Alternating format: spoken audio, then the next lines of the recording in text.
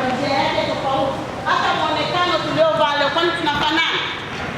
Hapana, hatufanani. Kila mtu anafanya kwa mazingira na maeneo yale yanayomkabili, ndio unakuta unafanya usafi kwa kutokana na yale mazingira yanayokuzunguka, unapoishi, unapokaa na unachokifanya. Kwa hiyo wewe usiniambia wewe unafanya kama vile Gloria anafanya na kukatalia.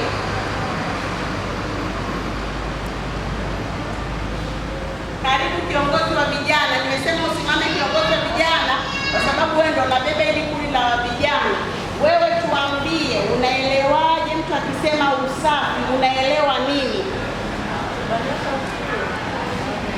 Kwa uelewa wangu, usafi naelewa ni ile hali ya mtu kuweka nadhifu, yaani kuweka ili uonekane kwa namna ya kupendeza, yaani uonekane kwa namna ya uzuri, kwamba kwa kweli hichi kitu kinaonekana kimefanya nini, kimependezeshwa.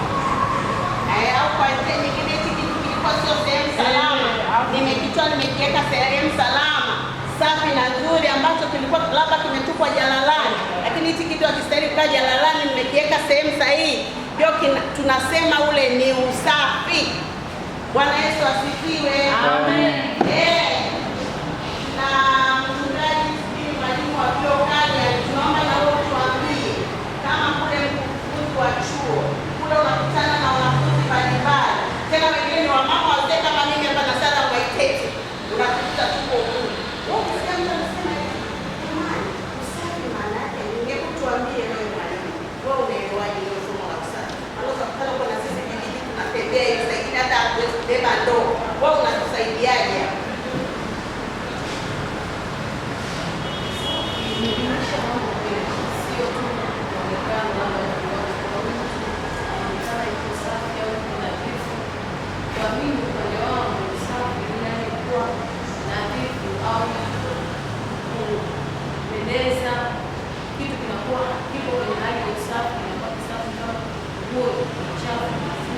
Lakini kile kwenye mazingira ya nje, manake kama hichi kiti kinahitajika kukaa kama kihitajika, manake ni uchafu. Karatasi ile pale, manake ni uchafu.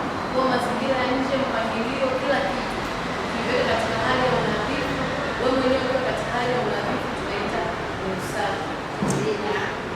Bwana Yesu asifiwe. Amen. Akili ya wote ni sahihi kabisa, maana kila mtu kwenye eneo la usafi anasema kutokana na mtazamo wake yeye anayeuona na anayejua na anavyofanya mazingira yake binafsi. Bwana asifiwe. Kama mimi leo Tumaini siwezi kukwambia, naweza kukufundisha kilicho nje na mazingira ya nyumbani kwangu, utakuwa na kudanganya. Siwezi kukwambia mimi nataka kufanya usafi kama sema kwa ndani tole Madam Judy. Leo kwa kama kwa Madam Judy itakuwa ni uongo. Sisi tunaelewana watoto. Amen. Sisi tunaelewana marembo wazuri. Amen.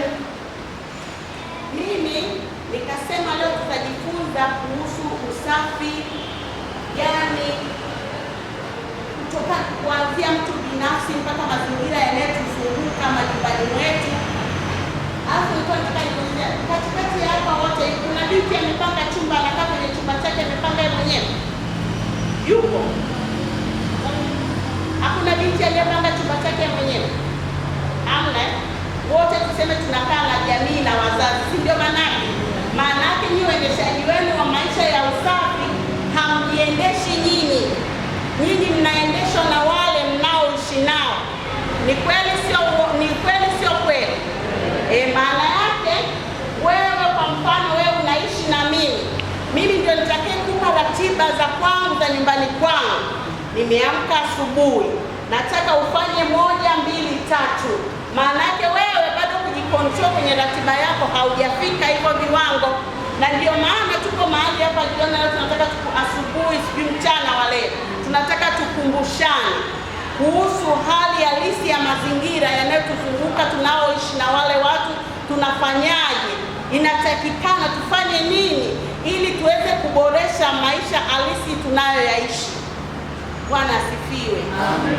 Leo tuko kwenye wimbi la watoto wa kizazi cha media. Kwanza hataki kufanya usafi mwenyewe binafsi.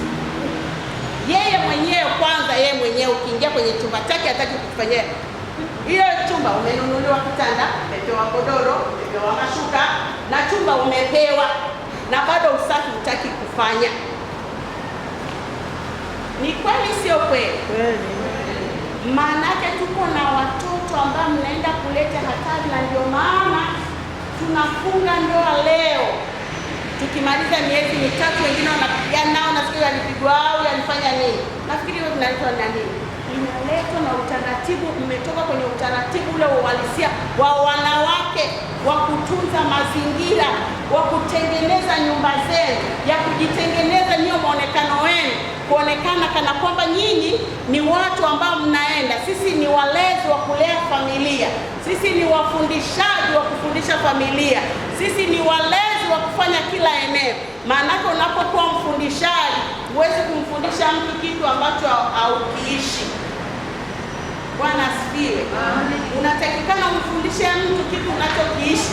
Kwa mfano umekuja kwangu, unakuja chumbani kwangu mimi kama Tumaini, mimi mama yako naishi naye. Nimechukua viatu vyangu nimeweka mfunguni mwa kitanda, nimechukua handbag zangu nimeweka hapo chini, nimechukua vitano vile na tani vile nimeweka kila mahali. Huyo mama utasema unaweza kutoka pale ukiwa msafi? Itakuwa ni mwongo. Bwana asifiwe. Amen. Yaani tuko kwenye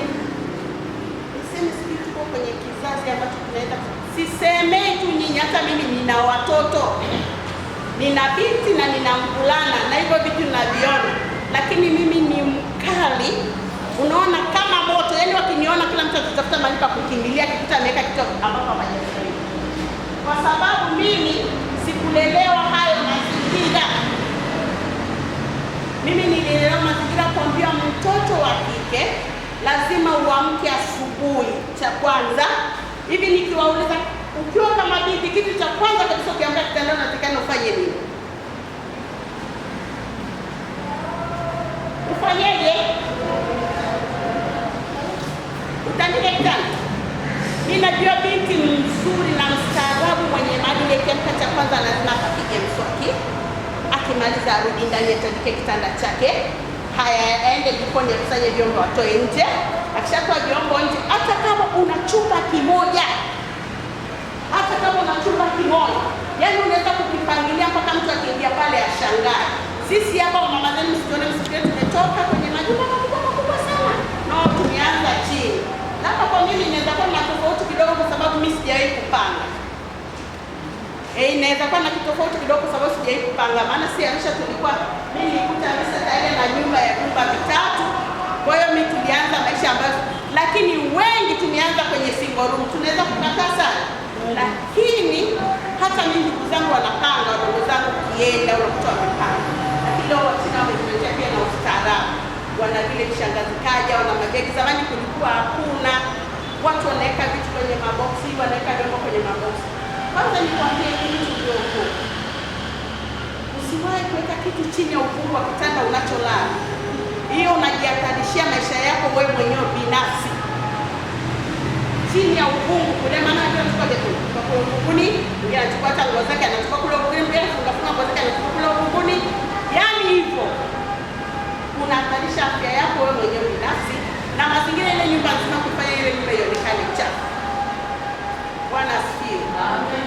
Mfano mimi nataka kwamba una chumba chako, unapiga mswaki vizuri kama binti, unarudi unatandika kitanda chako vizuri kama msichana, yaani chumba chako kinakaa smart. Hapo ndo utatoa vyombo vyako nje, hapo ndo utaenda kuchukua labda na nguo zako utaweka nje kama unafua. Kwa mfano tuko sisi wengi tuna mabinti wasaidizi, wengine utakuta ameanzia cha juu kinaenda chini, cha chini kinaenda juu. Ni kwa sababu ile binti mazingira yale yaliyotoka naye yalikuwa ya aina hiyo, alafu sio mjifunzaji.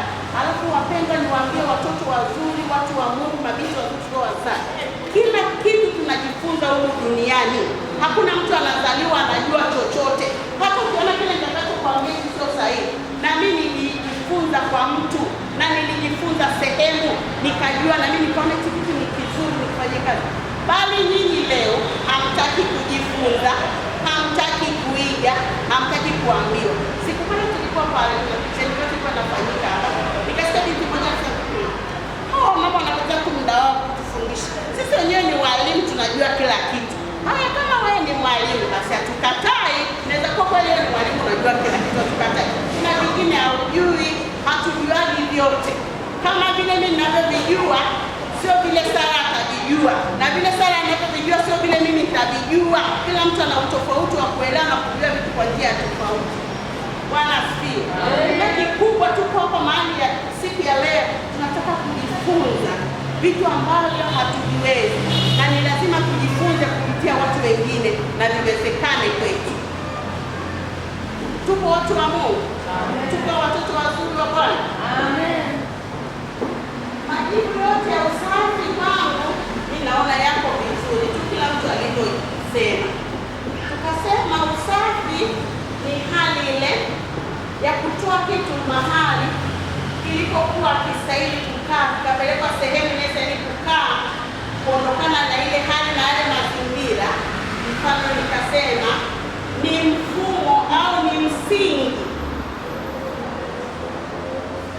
au ni uhamisho. Yaani usafi una nani kubwa sana kwa binadamu, yaani ina sana, yaani ina eneo pana sana kwa Kiswahili. Sema ni kufundishana usafi. Bwana Yesu asifiwe. Tukasema usafi pia ni mwongozo wa kibinadamu kutembea na kutenda mambo yale yaliyokuwa yanaonekana sio ya ustaarabu, yanarudi kuwa ya ustaarabu. Bwana asifiwe. Amen. Mfano tunaweza kusema tumefika mahali ndani ya kanisa, tumekuta eneo lote la kanisa limejaa uchafu, labda nyasi zimeota. Tukachukua mapekeo, mafagio, tukafagia, tukaweka, tukafanya kila kitu, tukamaliza na kuacha lile eneo. Tunasema lile eneo tumelitoa kwenye eneo la moja la uchafu, tukalileta kwenye eneo la kuwa la ustaarabu, si ndio? Waswahili wanasema ni ustaarabu, usafi ni kustaarabika. Licha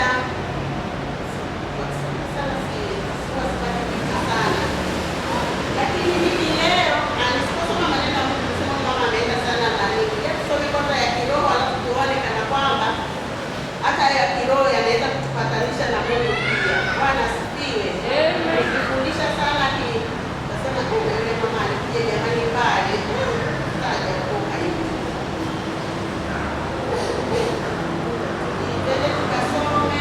tusome kile kitabu cha Mathayo ile sura ya 5 mstari ule wa 8 peke yake, alafu tutaona pale mambo ya kiroho, alafu tutajua kiroho yanaendaje, alafu tunaenda kuyambatanisha na ya kimwili. Kale ninaomba msomee Mathayo sura ya 5 mstari wa 8 peke yake. Inasema, heri wenye moyo safi, maana hao wataona Mungu.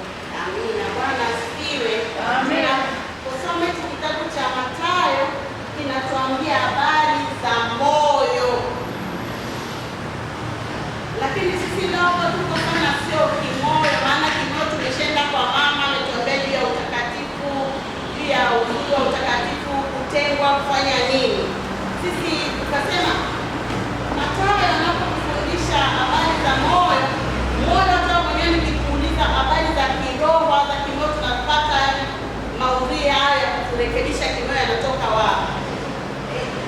Wengi tunaweza kujifunza kupitia Biblia, maana yake vitu vya kiroho viko ndani ya Biblia. Naweza kusema ni kusoma neno, kuwa muombaji. Hayo ni mambo ya moyoni, ya kiroho. Sasa kufanya maadili au taratibu uliozingatiwa kikanisa ama kifamilia, tunaweza sema hayo ndio mahitaji ya moyoni. Bwana Yesu asifiwe.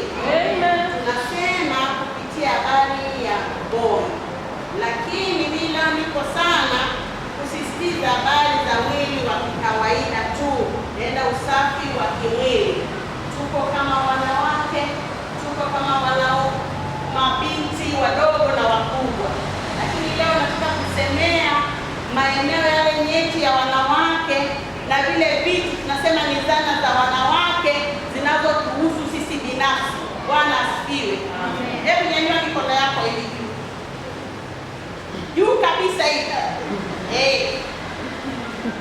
Huku hivi. Mwambie mwenzako huku.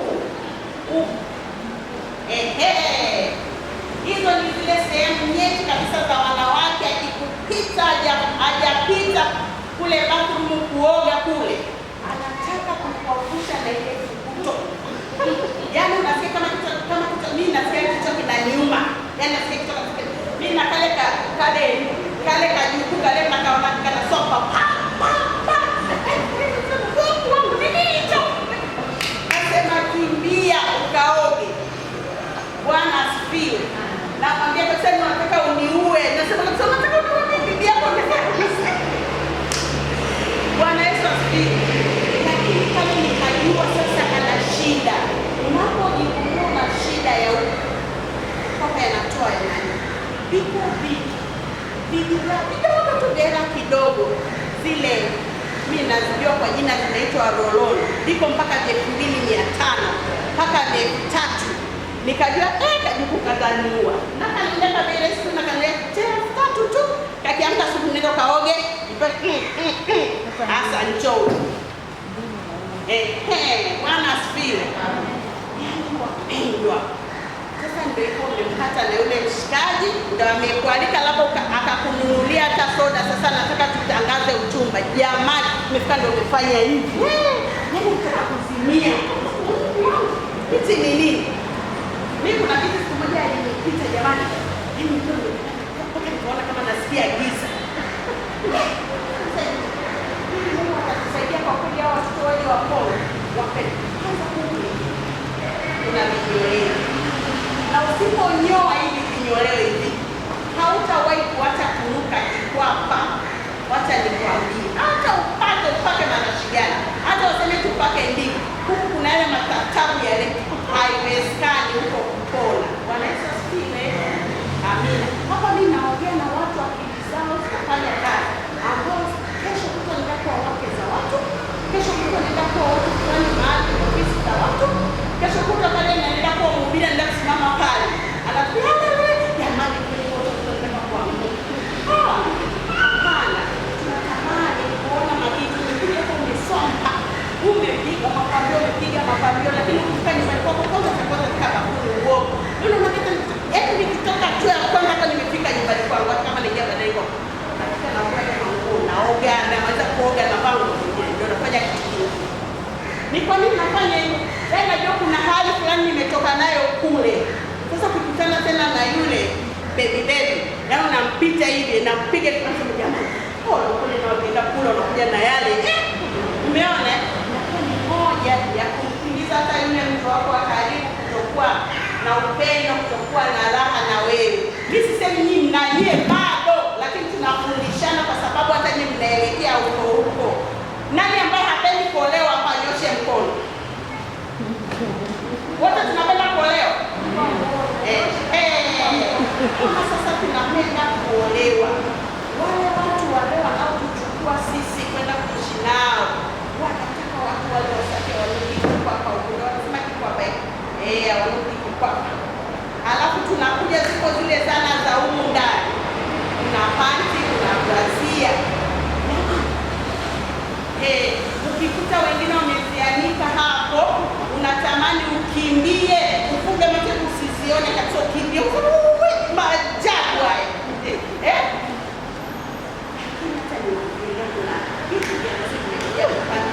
Mtu alafu leo hiyo style unahitaji kufanya maneno ya kwa Brazil kwa ni nyeusi na kichefuchefu lakini ndio mtu amesoma kwa kabisa ni hata ugopi.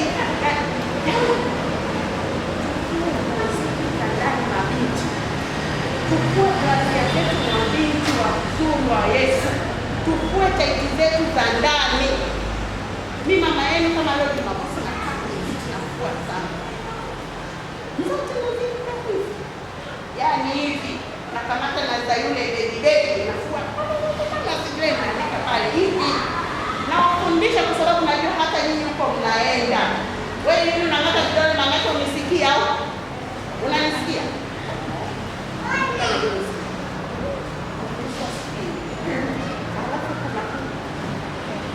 Haya mazingira haya mpenzi. Utakuwa na baba kila siku inanuka mikono. Ushaona baba bibi wazee kule kijio na nuka mikono kwa nini? Wabibi wazee nilifanyaga utathmini nikajua. Sasa nikasema hata mamangu akasema wewe mama sasa unaanza kuzeeka wewe. Nenda kwa bibi yangu nikisema wewe wifi wewe umeshakula vitu vya mamangu vingi sana tena wewe ndio unaona kwa kwanza wewe ndio unakula vitu vingi. Unamwona mama hapa anabidi unaenda unanunua kiwembe unamnyoa mpo warembo mpo pananyoa vizuri unashea vizuri unapaka mafuta ili unapita mbele za watu au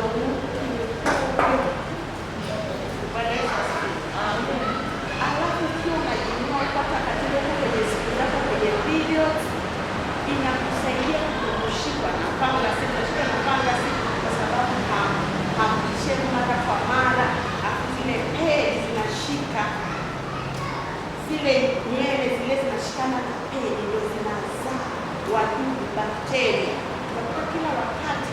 Hata nyinyi wengi ni mashahidi. Watu wengi wanakuambia pedi inashikwa na fangasi. Uongo, unatumia pedi vibaya. Unatumia pedi kukiwa na uchafu huko chini. Ndio maana unashikwa na fangasi. Mpo warembo wa Yesu.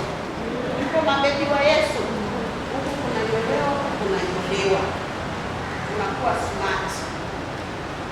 Mama, ukija kukutana na bebi wako utaolewa sasa.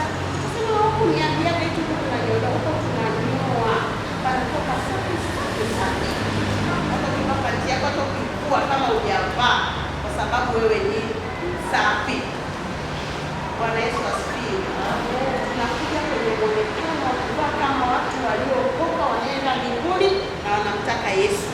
Haya, mimi sasa nataka niambie mimi nyote nimejua mmekuja hapa Galilaya mmenikuta.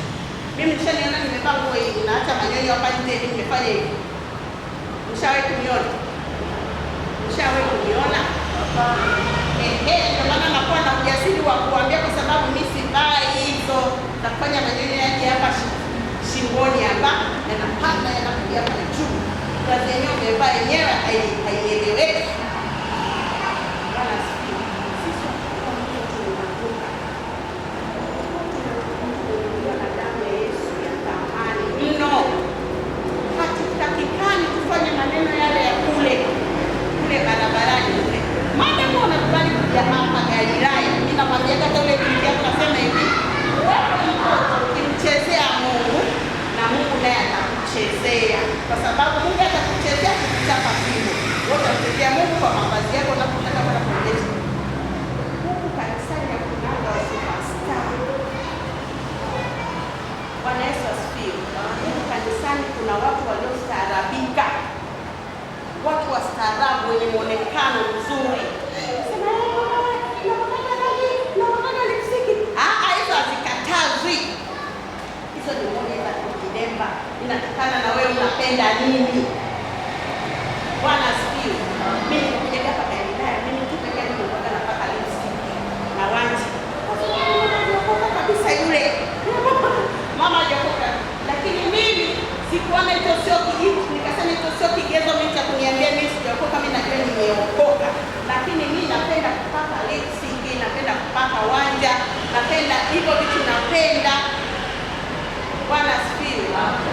Mimi napenda kutengeneza. Unaona kama sasa nikisema tuonyeshe mimi sasa sijapaka rangi, sijafanya kitu.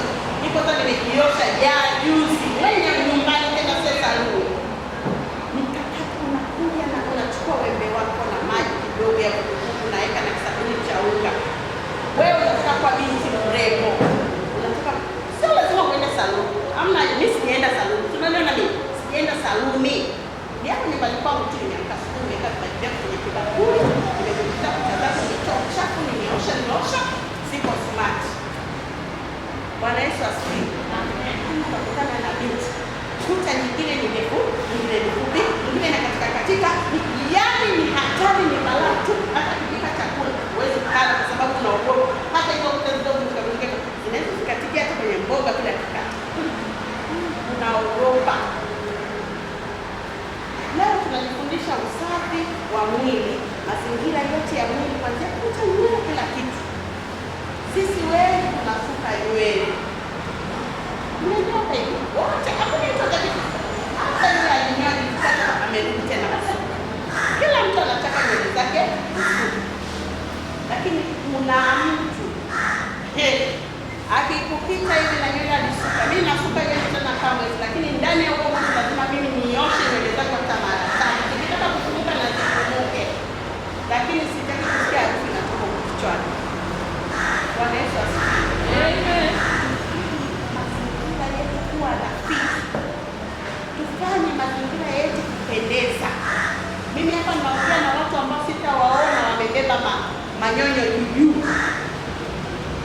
yaani majini yako yakae hapa hivi sehemu inaipasa. Unaona hapa nguo yako iko wazi, unatafuta staili nyingine ya kufunika hapa. Usionyesha tunanenda mara nyingine sasa nakora kimtania najifunika na kutoka na kirudisha nyuma. Naona kabisa hapa sipo sawa, ndio maana nafunika pale. Niko kwa mfano na baba mchungu. Yaani sasa hiyo umempelekea mpaka kufua maneno yote ya korochi. Kanisa la Mungu. Bwana asifiwe. Amen. Bwana Yesu asifiwe sana. Binti kuwa msosha nywele zako. Hata umesuka kama alafu unajua utakana nywele zako mwezi. Osha mara 2 basi hata kwa mwezi. Kisha ile 1000 ipo. Nenda kanisha pia. Osha nywele zako kidogo.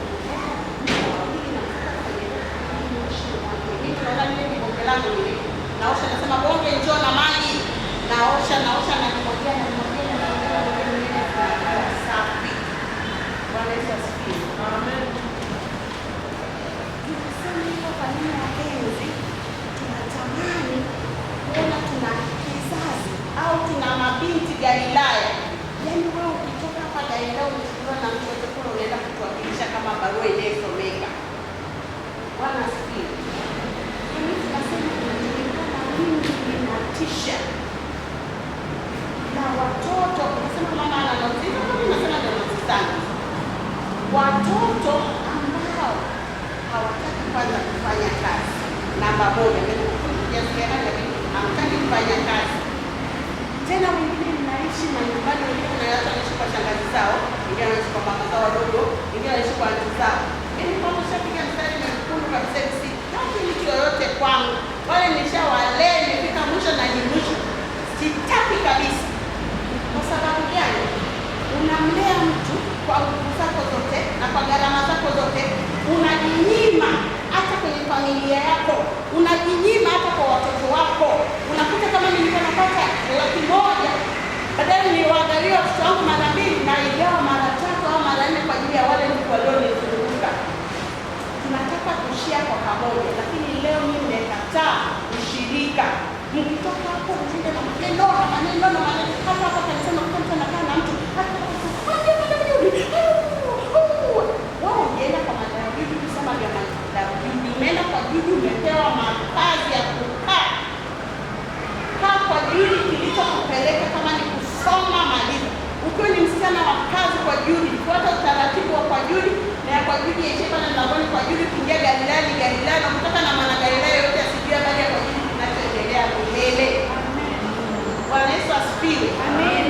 Tuko kwenye wingi wa watoto wa tabia mbaya, wanawaokoa wazazi wao nguo hivi.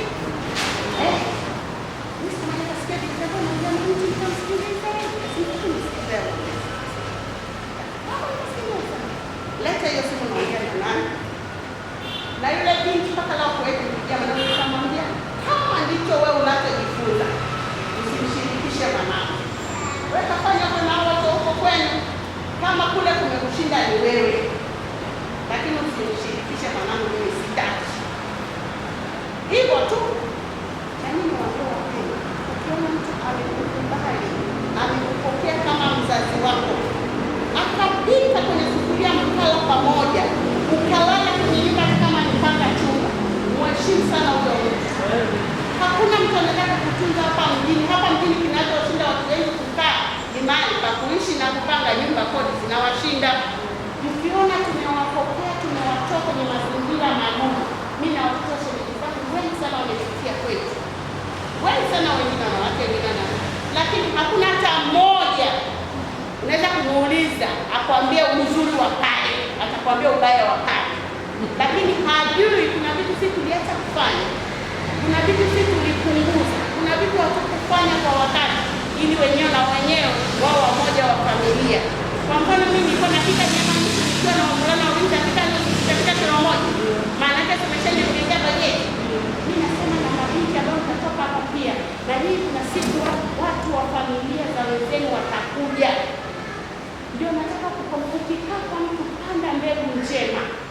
Utakapopanda mbegu njema kwa mtu, hata wewe kwako watakuja kukaa watu wakapanda mbegu njema. Amina. Bwana asifiwe. Amen.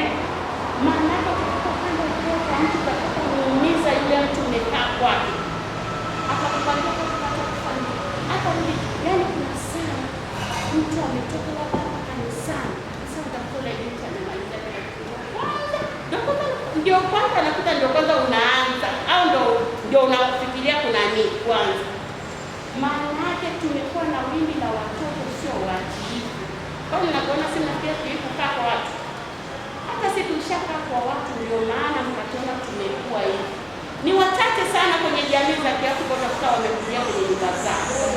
Ni wachache mno. Labda tuseme kama watoto wale tunaowazaa sasa sisi hapa. Maana yake tunawazaa, tunakaa nao, tunawatunza, ndio wanaondokea mikononi mwetu.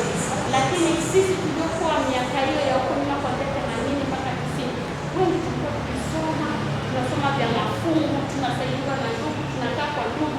Hivyo, yaani ule ubraza ule wa miaka ile ulishakufa kabisa. Leo hauko. Leo kuna maneno. Hebu nikwambie binti uliokuwa mahali hapa siku ya leo, kafanyike barua kwenye ile familia unayekaa. Hata kama mama yako, usimkwaze mama yako, maana kuna watoto na wenyewe ni vichomi. Tena mzazi usipokaa stable, mimi kama huwezi kuwa kichomi kwa sababu mimi ni mkali kupanda na mimi nakwenda kama moto. Yaani kama moto. Nikisema ni moja ni moja. Huo umekuja ni wa mdogo wangu, ni wa mjomba wangu, na shangazi yangu, mimi na wabegenda mabegi. Na nikisema mimi hapa, yaani hata mmeomba sana nikisema mimi nimesema ni sitaki. Nabeba mabegi nje tena kuna mbele na nisipenda mbali naongezea na jiwe ndani na chupa. Out. Kwa nini? Nimefanya kwa moyo kupenda. Nimefanya kwa moyo kujitolea. Wao maana ule upendo wa kufanya. Kukuza. Mimi nasemea kwa sababu gani? Kuna watoto huko kwa mfano kwangu. Mimi mara nyingi kabisa, yaani nikiamka kuchelewa kabisa nyumbani kwangu, miaka yote kabisa, saa 11, yaani hiyo nimechelewa. Yaani hapo nimechelewa kuamka.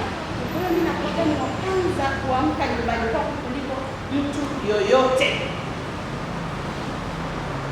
Sasa mimi nikiwa wa kwanza kuamka, alafu unaamka saa 2. Wewe mtu tutaendana na wewe, utakaa kwangu miezi miwili. Huwezi kukaa. Kwanza tu kile kitendo cha mimi kuamka unanikuta nishafanya kila kitu, unakimbia tu wewe mwenyewe. Yaani utakimbia wewe mwenyewe. Maana kwanza sitakuamsha, sitakuita, mimi mpaka kale kajibu kangu kameshanielewa. Yaani shamwambia wewe usiamke mapema. Namwambia tegea alamu yako. Siku ya Jumapili namwambia tegea saa 11. Siku za katikati namwambia tegea saa 12. Kwa hiyo akipitiwa, yeye atamkata nitafuta bibi yuko hapa. Maana najua na makofi nitamwapa huko. Yaani kila kitu. Yaani yule mtoto ningekuwa ni mtu mwingine alimpewa. Mama yake mpaka leo nikimwambia ndio mchukue mtoto wake hamtaki. Maana yake mimi kuja kwangu mikono hii hainyoki. Kama uko nyoki kabisa, uko nyoki kabisa nikikuja hivi. Hawezi kutembea, anamwaga udenda kabisa. Nikimwombea na mwombea na mkunguta sasa bila kumwambia tia kumwacha na mwambia nyosha mikono, tembea, yaani hivyo. Nikitembea koridoni na mshika mkono, tunakimbia, tunaenda, tunarudi. Mpaka pale nikamkiamka saa 12 na mwambia beba ndoo zile ndogo. Yaani mtu ambaye hawezi kuwa anaelewa nilichokuwa namwambia, tulikuwa naona namtesa yule mtoto. Lakini wote wameshangaa kumwona anatembea. Alafu mimi sasa sioshi vyombo wakiwepo. Sifanyi usafi jikoni wala ile baraza haijalizo ni kazi zake. Na anafanya kunakuwa kusafi kabisa na kunakuwa kusafi. Mimi nafuga tu. Sijawahi kuacha hata kama ni wachache. Kama hivi leo nimekuja sijaingia, lakini atawekea mambo. Ataweka chakula na atawawashia moto. Nikienda kuta mambo yako hivi. Na mwambie kabisa, ratiba yangu nimesema ni 1, 2, 3. Akiniona nafika getini kama msala nikimbilia bibi, ulisemaje? Hapo umesawe. Nimesema 1, 2, 3. Niko nini tunafanya hivyo wapenzi? Hapa tuko kujifundisha kwa sababu ya maisha yetu ya baadaye na ya sasa. Kwa mfano kuna mtu yuko hapa labda anakaa labda na ndugu, anakaa na mwanafamilia. Unaweza kutoka umeamka asubuhi, huku ulivyamka tule kuna semina, ukufanyia mazingira, kuosha vyombo, ukufanya chochote. Na huko Mungu kanisani, mimi hao nasemaga ni wale wasichana wanakuja kanisani, wanaswampa kanisani, unaswampa nyumbani kwenu, unaswampa mtaani. Maana yake kufanya kazi. Binti aliyolelewa katika mazingira ya watu wanaokuza, hata kwa ni nyumbani kwetu, hata wewe Glory, sio mama yako amke aoshe vyombo. Mimi niwaambie, mimi kusema kweli sideki. Sasa nina miaka sasa sijui ni wangapi sijai kushika deki hiyo. Kudeki, sijawahi kudeki, siwezi kudeki. Kideki kama naomba kama mgongoni na leo ninawakuza ni deki. Bonge ana wiki zake za kudeki. Dada mtu ana siku zake za kudeki. Kwa hiyo ndani ya mwezi ukiona wiki mara mbili kila mtu anamaliza wiki zake. Yule mwenye zamu la kudeki atadeki na mwingine ataosha vyombo. Kale kajikuta deki kwa mazingira. Kwa hiyo kwa kukuta kumefadhiliwa kama baba yuko, maana baba sasa yuko anafanya kale kaji. Bila kufanya kazi. Msiwaachie wazazi wenu kufanya kazi. Eti kila mtu mara yake anafua nguo, anaosha nguo, anapika, anafagia, yuko tu mtoto. Alafu wewe unaona ni sawa, lakini wacha nikwambie, unaenda yaani wewe unajipangia moto. Maana yake tunamwambia binti yangu, leo mimi uko kwangu, kuna siku hauko kwangu, uko kwako. Atakufanyia nani? Atakufanyia nani? Leo wengi mnapenda kuolewa, tena mnapenda kuolewa. Yaani mnapenda, lakini kazi hamtaki. Kazi hamtaki. Kwanza hamtaki kuwa wenye wastaarabu, hamtaki kuwa wasafi, hamtaki kufanya kazi, hamtaki kufanya chochote. Lakini mnataka kuolewa. Wacha nikwambie, wanaume hawataki watu wachafu. Wanaume hawataki watu wachafu. Tena kwa mchafu kwa mwanaume, anakuacha mchana hata kama ni mlokole mwenzako kama yule Swahili, atakuacha na ataenda kwa wasafi. Huko hivi unaona na huwezi kumfanya chochote kwa sababu umetaka wewe mwenyewe. Kuna watu hawafui nguo za waume zao za ndani. Yaani unakuta mwanaume wote akinama hivi boxe iko hapa ni nyeusi, labda amevaa wiki nzima. Yaani mimi nawaandaa watu ambao najua mnaenda kuwa wake za watu. Na hiyo ndio mkianza kufanya zenu ziwe safi. Ujue kitu chako kikiwa kisafi wewe utakata mwenzako kitu chako. Maana yule mtu mnashare vitu vyenu, mnashare hivi mmeoka naweza kupanda kitanda na labda analipa majesho, utamkubalia au ukija. Utamwambia shuka mlango kao. Hebu sema mlango kabisa. Niko sasa kama yangu. Nasema baba hebu kwanza simama. Nenda leta taulo. Hebu njoo tuishie hapa hivi. Twende huko. Twende huko na wewe. Mimi mwenyewe siwadanganya, sinione hapa. Mimi kwanza ninaleta kuzaliwa. Unajua ile asili kabisa ya kuzaliwa ile. Kwanza nikiona maswala ya chakula ni usije. Alafu hata tunaleta chakula kwa watu. Si lagi kabisa. Yaani si nakula chakula nilichopika mimi mwenyewe. Hamna malaka. Basi kwani mazingira ya kuzaliwa mimi si chakula kile cha kushare pamoja. Yaani nikapote na kula. Yaani siku kutoka tuko wadogo tujawahi kula hivyo. Kwa hiyo tunamwambia rafiki yangu beti mimi hapo ndio nasema mtoto leo tunasema wewe mimi yaani nataka nimwambie ukweli. Nasema ndio hata saidia anakulaga chakula. Anasema mtoto leo unasema hapana. Lakini hutamwambia hapana kama ujui njia ya kumwambia. Unaelewa? Wewe unamuelezea mazingira yako na ya yeye ni tofauti. Hata yeye anajua sasa mimi nitakula na mikono. Nimeanza kujua sasa nilikuwa sikule chakula hivi na mkono hivi. Hapana. Yaani hata nikienda mahali kuna vitu na kwa shida sana. Lakini sikuzoea. Sikuwa yaani sisi mtu alitilia mazingira hayo sana kwa shida ni baba yangu na mimi mzazi. Baba yetu alikuwa ni watu wasafi, wastaarabu. Mama yetu Yesu mstaarabu sana, yani ni wale tu maloko mengi wale papa vile vya uchanganyiko kama pombe ya kutoka mapombe. Ndio pombe na bata ya kupale vitoto vingine vya yani chakula hapa huko kula. Lakini si baba yetu alikuwa ni mstaarabu. Yeye anatueleka na kuchemshia maji kiko mtasa. Chakula kile sasa mtu sasa yake tunapewa. Sasa ile ni ya affect ile. Afu kule Kilimanjaro, watu waliokuwa Kilimanjaro miaka nyuma kulikuwa kunanyesha mvua sana, afu mazao yalikuwa yanazaa sana, maparachichi na ndizi. Ukija kule shambani kuta wadudu ndio wanafanya hivi, yaani kuna chakula karibu siku 3 na ukipata maparachichi nimeanza kula nimekuwa kwa siri kabisa, kwa sababu kuna watu wanakula nguruwe wanakula, kwani kwa najua hivyo ni vitu vya nguruwe na yaani sitaki kabisa kwa niendele kwa siri. Nilikuwa naogopa. Tuko kwenye neno la ustaarabu. Kila mtu ana asili ya maisha yake, kila mtu ana muonekano anapenda kuwa. Bwana Yesu asifiwe. Wewe uonekane sisi mtazamo wangu. Nashukuru kwa leo sana vile vya ndani na shimo. Yaani wewe muonekano unataka kuwa wewe. Usitaki kuonekana kama mimi Tumaini ninavyoonekana. Nenda kuonekana kama wewe binafsi. Mtengeneza kama mimi kwa sababu hata usogo anashangaa mama. Yaani kitanda chako unatandika kama cha hoteli. Nasema nyinyi mtandikeni mnavyojua na mimi natandika mimi ninavyojua. Kwa maana simuonyeshe kufanya kile kitu ambacho hawezi kufanya. Lakini vitu vingi tunaiga. Tunajifunza. Bwana Yesu asifiwe. Kwa nini wale tunaambiwa mamodo wanajifunza mtembeo nini na nini, wakati wanajifunza wanajua? Kwa sababu wanatamani kufanya kile kitu na wanajua.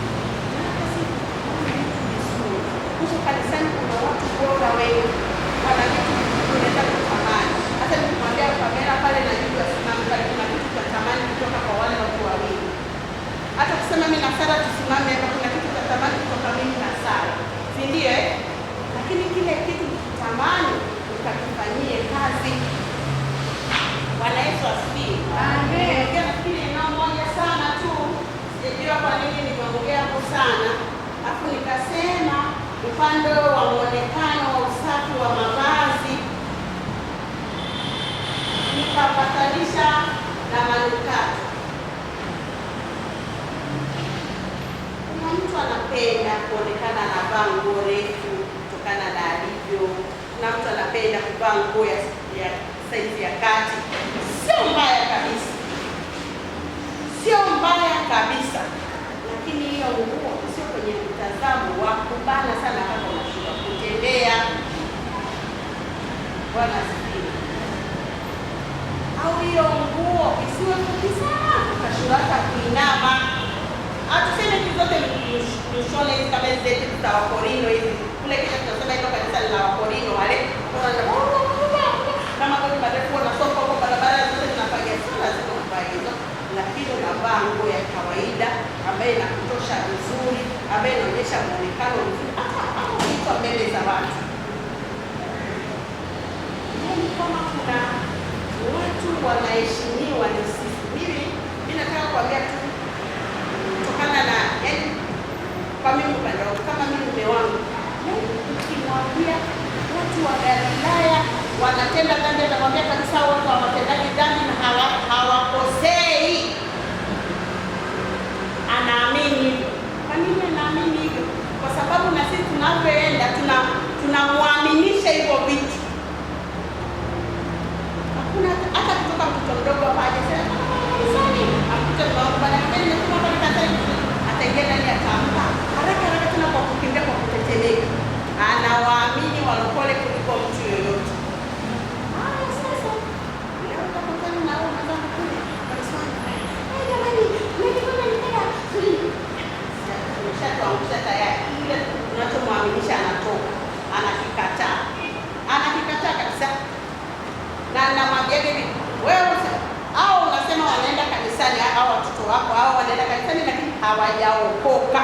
Anauza kwani kuokoka wanapimwaga na kipimo gani? Nasema mimi nakwambia hawajaokoka.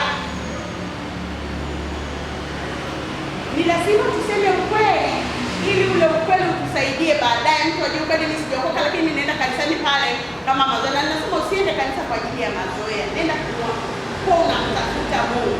Hata nyinyi hapa mabini. Usije kwa sababu wewe wazazi wenu wako hapa wanawalazimisha kuja.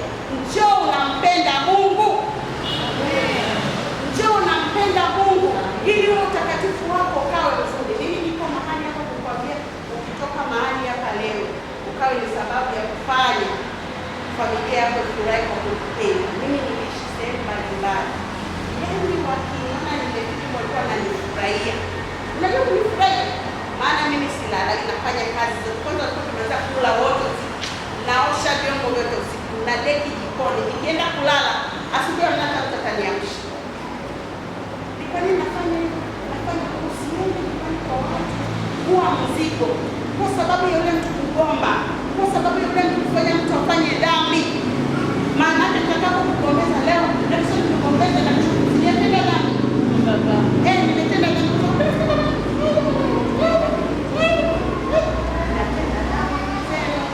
Lakini hebu tusaidieni watoto wetu, tusaidieni kwenye hilo eneo.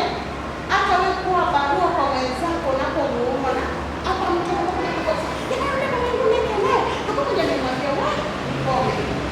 tena niache, nenda kwa mamako kafanye kazi inayokuhusu. Maanake utakapomsapoti yule mtu anakuwa na njia kubwa ya kutandaza maneno. Bwana Yesu asifiwe. Amen. Nilikuwa kwenye muonekano wa mtu na mtazamo na urembo. Tunataka kusema habari ya urembo. Mimi nataka kusema urembo ni muonekano wa mtu anavyopenda mwenyewe, unavyotaka wewe mwenyewe, unavyotegemea kuvaa wewe mwenyewe, unavyotaka kujitengeneza wewe mwenyewe. Bwana Yesu asifiwe. Sisi sio wa Masesa. Hapana. Sisi sio kama Wamejera na sisi sio, hapana. Yaani unaweza kuvaa nguo yako nzuri, umevaa hereni zako vizuri kama binti, halafu kuna mabinti wengine na waona wanakandaga pale mataona hivi. Amefuka manywele yake madasa ameangusha huko mbele. Hata haonekani pale mbele anifanye hivi. Sema hapo bwana. Maana yake badala mtu aabudu anakuangalia wewe.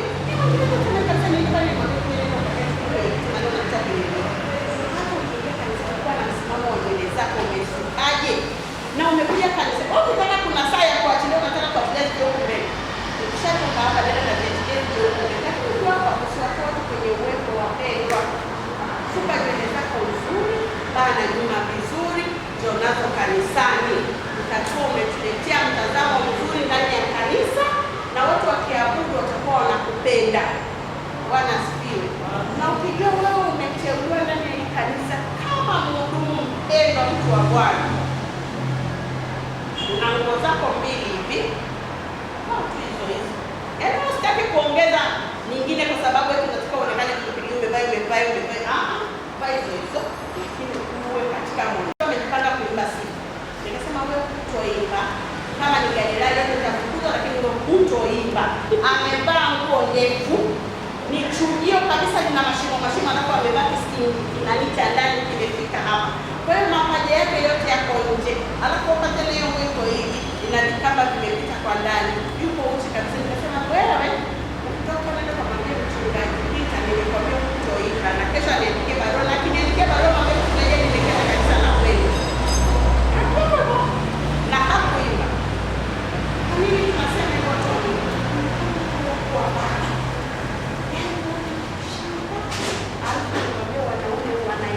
Akikuna tu hivi. Akikutazama tu hivi.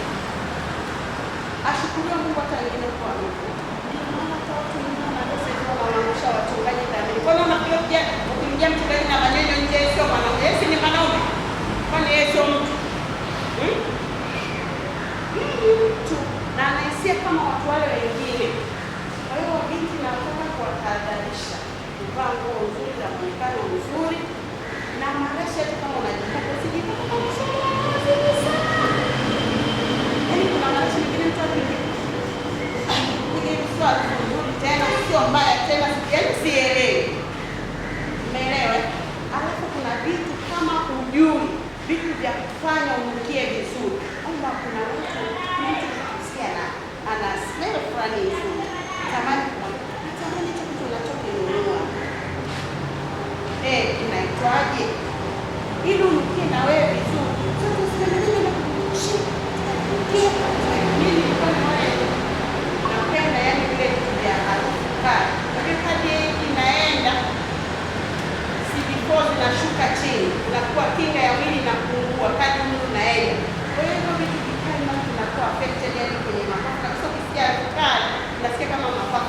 noma. Bwana Yesu asifiwe. Amen. Nasema mtazamo wa muonekano. Umevaa hereni zako, vaa hereni zako nzuri kama binti.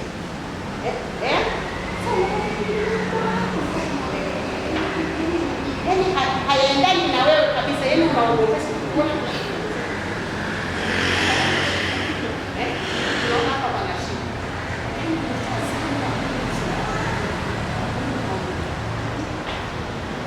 Unaona?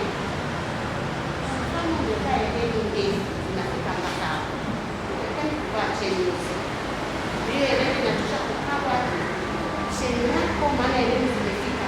Au umevaa zile hereni za hiyo ndefu za round. Hiyo haitaki cheni tena. Yaani hiyo ni kwa maana inakavia maeneo haya. Unaelewa? Unaweka makasia. Sia. Unapoenda unaona kwa sababu hichi kitu yako kwa sia kinatosha kitaki kuongeza nini? Kwenye mtazamo.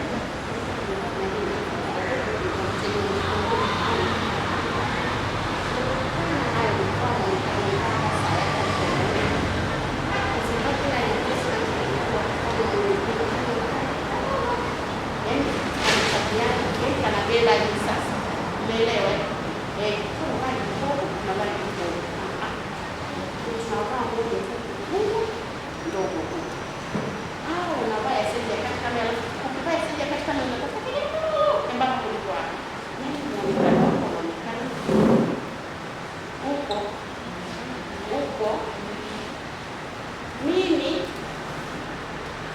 katika mavazi sitaki kama kuna mimi kwa nimesoma mambo ya hoteli na sikusoma kanisa. Kwa tunafundishwa kwa mtu anayetaka kutembea, unatembeaje? Hatua ngapi ukiwa karibu na mteja? Nataka upige hatua ngapi nyuma, mbele na katikati, na usimameni ukiwa na mteja. Basi tunafundishwa wa kuvaa hata wa kusema hata muonekano wako. Lakini mimi ashukuru niko kutadoka mimi msafi. Afu mimi ni wale. Ni wale. Yaani niko kutaga mjini wakati ni binti. Unajiongeza wewe sana msema. Unakuwa na nguvu ya pesa na unapokuwa na nguvu ya pesa nakupa ujasiri kutoka maisha yote. Mwana anakuja kwa mtoto. Tuishi. Lakini hauna kwa sababu una nguvu ya pesa. Uko mwanamke.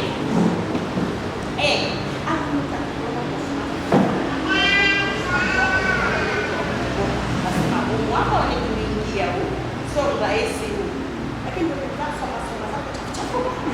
Yaani kila mtu anaona wewe sio hapa kwa kusamehewa na mtu yote. Yeke maridadi.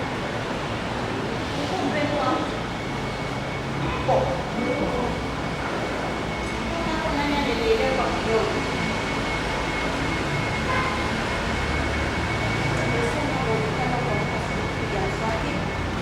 Kutandika kitanda, toa vyombo nje, toa na nguo kama unakuwa na kwanza kufanya mazingira ya ndani. Ukimaliza unaenda sasa kuosha vyombo, kufua nguo. Maana tayari mazingira yako ya ndani ni masafi. Hata mgeni akija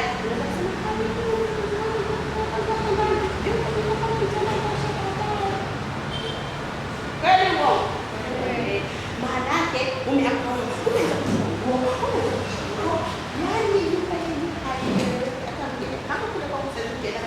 yaani kuzunguka kumwambia mtu njoo. Yaani kama mwenyewe napita kidogo na funga macho naenda chumbani. Nikija chumbani na funga mambo. Kwanza naona kama nataka kuchukua na kichana toka juice. Yaani nataka kitanda kidogo. Ndio uchafu ndio yaani kusikia kama basi. Chukua uchafu na kuza zote. Uko vitu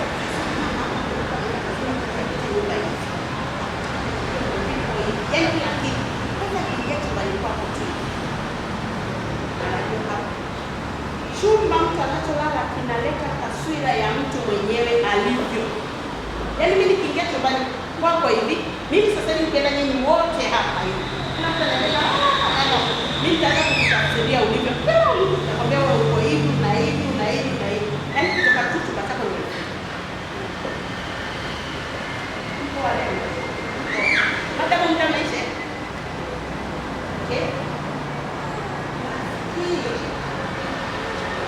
Tuende kufika mwisho sasa. Kama kuna swali, nimesema tunajifunza. Sijui mmenielewa? Tunajifunza. Sio kusema ndio mama alikuwa anatuambia na alikuwa anasema tunajifunza. Sijui mko warembo. Tunajifunza.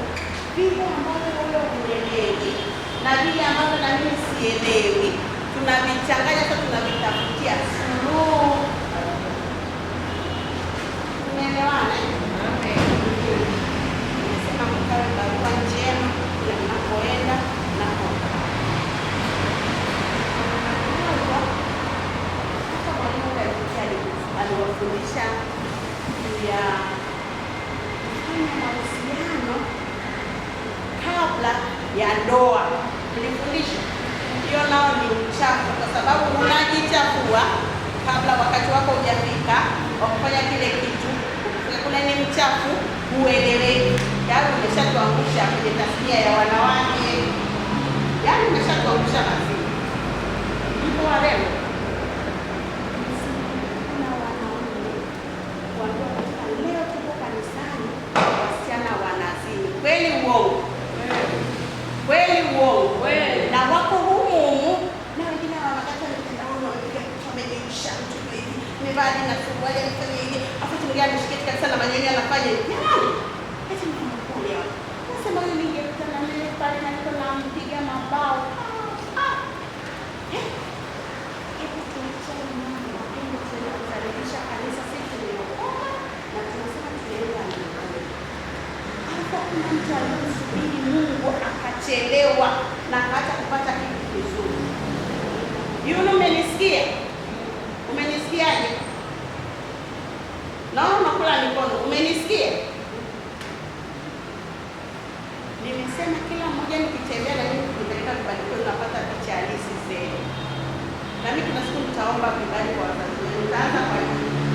Maana ndio anawewe. Naenda na vibali.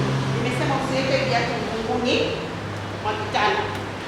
Hata kama chumba chako ni kidogo kabisa, chukua kanuni kazuia kadogo vile tunaweza kufanya weka kwenye kitanda chako. Kazuia kadogo. Hata kufikia. Maana yake sasa hivi unataka kufanya usafi, kuchukua kile kitu na kumwaga ule uchafu nje, utapeleka shambani. Una kwenye zako 2-3.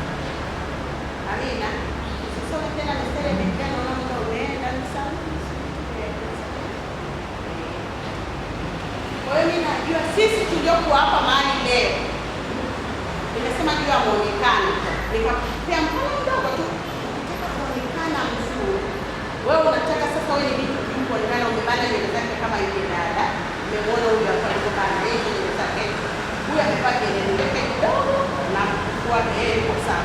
Sasa yeye akienda avae hereni zile za ring zile, au avae zile hereni za kuinama zile, hatakikani avae ule mkufu.